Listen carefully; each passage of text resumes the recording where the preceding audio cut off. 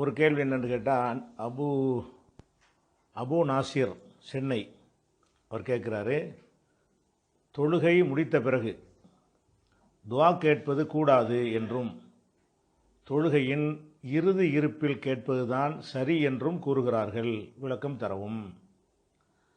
அதான் நம்ம 5 வேளை தொழுகையை முடித்த பிறகு அல்லது சுன்னத்தான நஃபிலான உபரியான தொழுகைகளை தொழுத பிறகு அல்லாஹ்விடத்தில் துஆ கேட்கலாமா, அந்த ஒரு வழிமுறை இருக்குதா என்ற ஒரு சர்ச்சை நீண்ட காலமாக இருந்து வருகிறது. கூட்டு துஆ என்பது இல்லை என்பதை நம்ம தெளிவுபடுத்திட்டோம். மக்களும் தெளிவாக அதை விளங்கி இருக்கிறார்கள். தொழுகை முடித்த பிறகு இமாமாக இருப்பவர் துஆ ஓத மக்கள் எல்லாம் ஆமீன் சொல்லுகிற அந்த கூட்டு துஆ கிடையாது.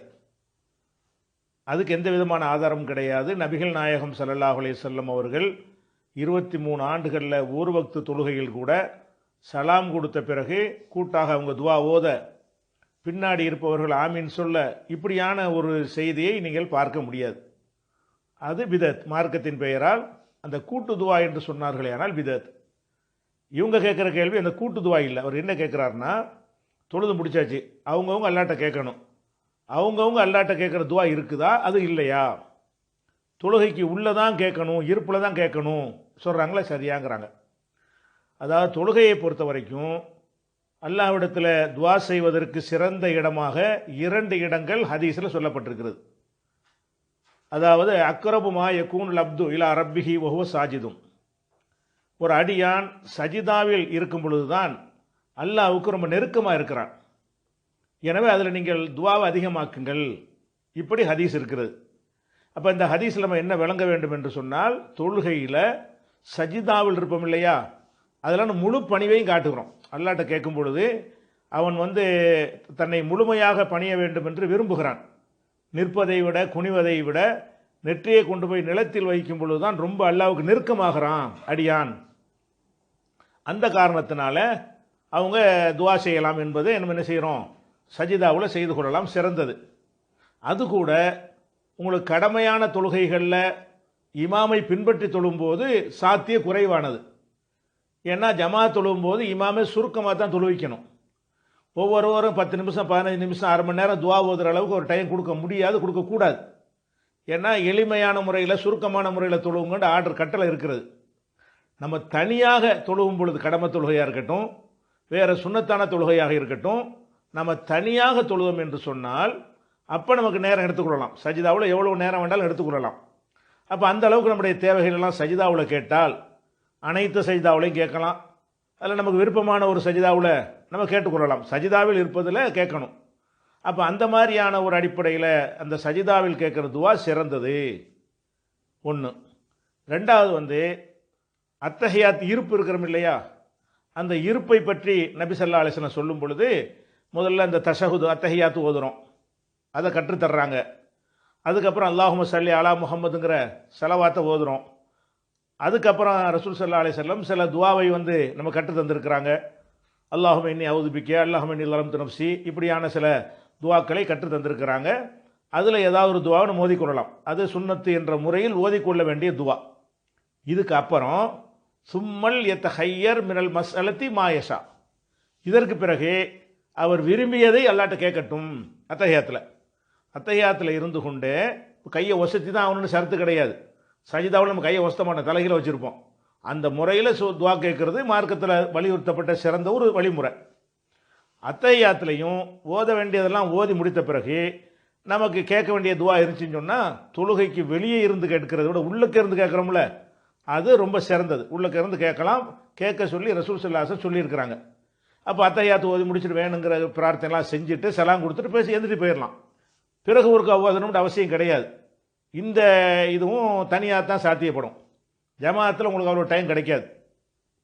இமாமை பின்பற்றி தொழக்கூடிய தொழுகைகளில் அத்தஹியாத்து முடித்தவொன்னே அவர் நீண்ட துஆ ஓதுறேன்னு நீட்டினார்னு சொன்னால் பின்னாடி உள்ளவங்களுடைய அவங்களுக்கு இடைஞ்சல் செஞ்சவர் ஆகிடுறாரு. இதை ரசூல் ஸல்லல்லாஹு அலைஹி வஸல்லம் கண்டிச்சிருக்கிறாங்க. அப்படி செய்யக்கூடாது, சுருக்கமாக தொழுவிக்கணும்.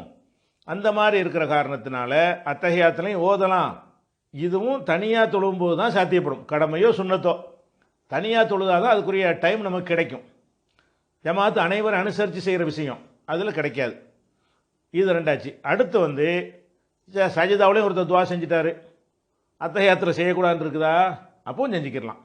சரி, அத்தஹியாத்திலையும் துவா செஞ்சிட்டாரு, முடிஞ்ச பிறகு செய்யக்கூடாதுன்னு இருக்கான்னு அப்படிலாம் கிடையாது. அதுவும் இருக்குது. அதை மறுத்தரக்கூடாது. அத்தஹியாத்தில் செய்கிற துவாவை நீங்கள் மறுக்கக்கூடாது. சஜிதாவில் கேட்குற துவாவை மறுத்தரக்கூடாது. இப்போ ஜமாத் தொழுகிறீங்க, தொழுகையில் சஜிதாவிலையும் உங்களுக்கு துவா கேட்க முடியாது, டைம் தரமாட்டார். அத்தஹியாத்திலையும் கேட்க முடியாது, சலாம் கொடுத்தாச்சு, இப்போ நம்ம கேட்கலாமான்னா கேட்கலாம், அதுக்கு அனுமதி இருக்கிறது. அனுமதி இல்லைங்கிறவங்க அந்த அத்தஹியாத்தில் ஓதணும் இருக்குல்ல, அதை வச்சு கொண்டு சொல்கிறாங்க. அனுமதி இருக்குங்கிறனால அத்தஹியாத்தில் உள்ள துவாவை மறுத்தது ஆகாது. அனுமதி எங்கே இருக்குது? நீங்கள் புகாரியில் எடுத்துக்கிட்டீங்கன்னா 844வது ஹதீஸ், அதில் என்ன வருதுன்னு கேட்டால், ரசூல் ஸல்லல்லாஹு அலைஹி வஸல்லம் கான யகூலு ஃபீ துபுரி குல்லி ஸலாத்தின் மக்தூபா, ஒவ்வொரு கடமையான தொழுகைக்கு பின்னால் ரசூல் ஸல்லல்லாஹு அலைஹி வஸல்லம் ஓதுவார்கள் லா இலாஹ இல்லல்லாஹு வஹ்தஹு லா ஷரீக லஹு, அதில் ஒரு துவா வருது. இது புகாரியில் 844வது ஹதீஸில் நீங்கள் பார்க்கலாம். அதே மாதிரி இது கூட திக்ரு மாதிரி சொல்லிடுவாங்க.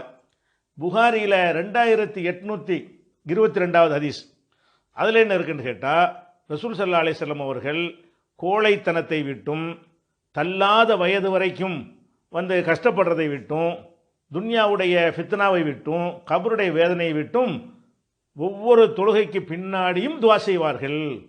காண எதாவது மின்ஹுன்ன துபுரசலா, தொழுகைக்கு பின்னாடி ரசூல் ஸல்லல்லாஹு அலைஹி வஸல்லம் அவர்கள் இப்படி துவா செய்திருக்கிறார்கள் அப்படிங்கிற ஒரு ஹதீஸு இதில் புகாரியில் 2822வது ஹதீஸாக இருக்கிறது.